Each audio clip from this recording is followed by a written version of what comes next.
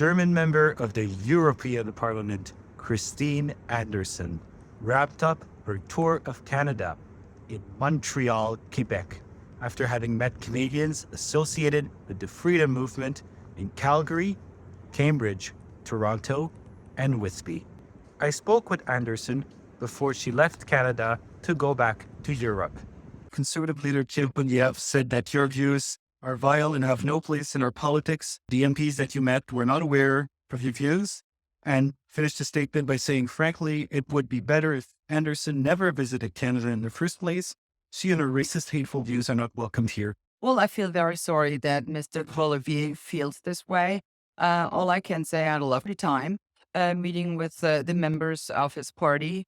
At no point do I see where I expressed hateful and racist views, as he puts it. Like I said, I feel very sorry that he feels that way.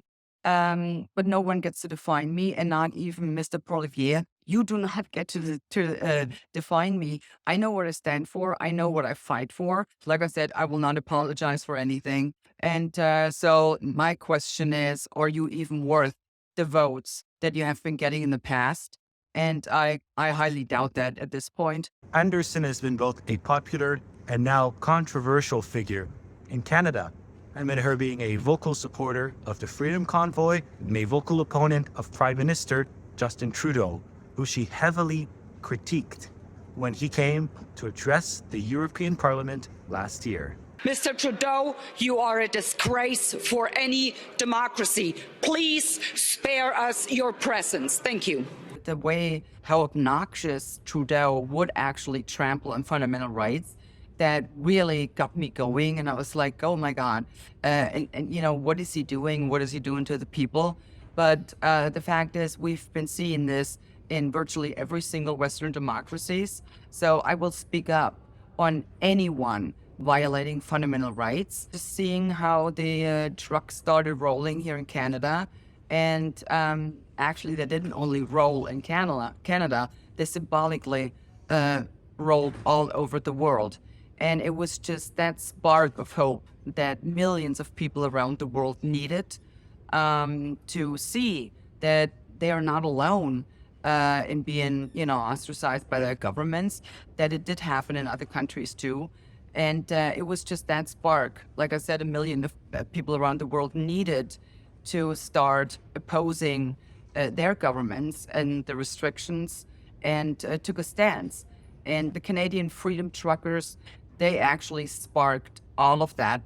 And I just thought it was befitting to come over here and meet the people that made this all happen. I am mRNA free, so I never took the jab. So I was actually prevented from entering Canada. So I would have loved to be here, putting boots on the ground, which I would have gladly done, even though it was freezing cold, as I was told. I would have gladly done that, but I simply couldn't. You met with the Tamara Leach when you were in Alberta. What do you make of the fact that this woman faces years in prison? Well, see, that's just the point.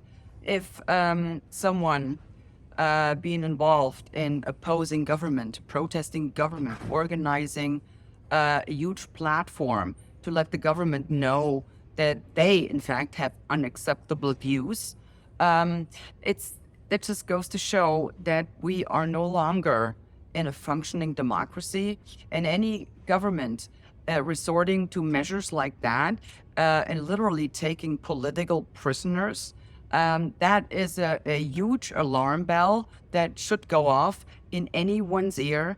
And like I said, it's these are the very first signs by which you can recognize that you are about to lose freedom, democracy, and the rule of law. Canadian figures have denounced your political party, the Alternative for Germany, as comments on the Holocaust. What's your response to that? Well, I would like to say this. What we have seen in the last 3 years in particular, there have been so many parallels to what happened as the Nazis came to power. And if you point out those parallels, then you're automatically being accused of being a Holocaust denier or trivializing the Holocaust. But the question really is this.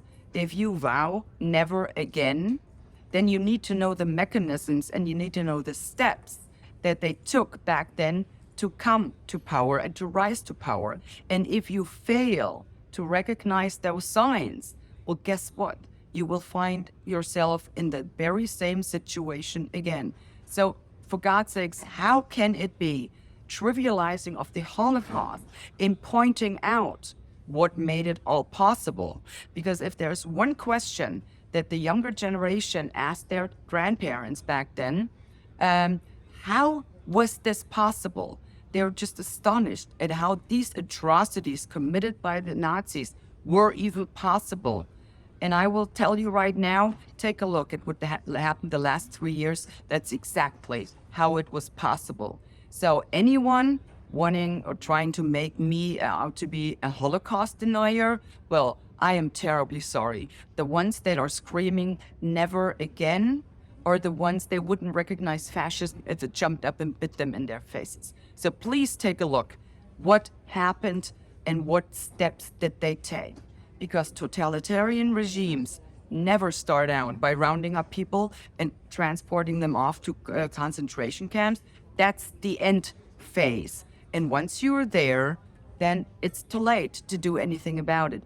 To support our quality, objective, independent journalism, visit donate.tnc.news today. For True North in Montreal, I'm Ilka Denater.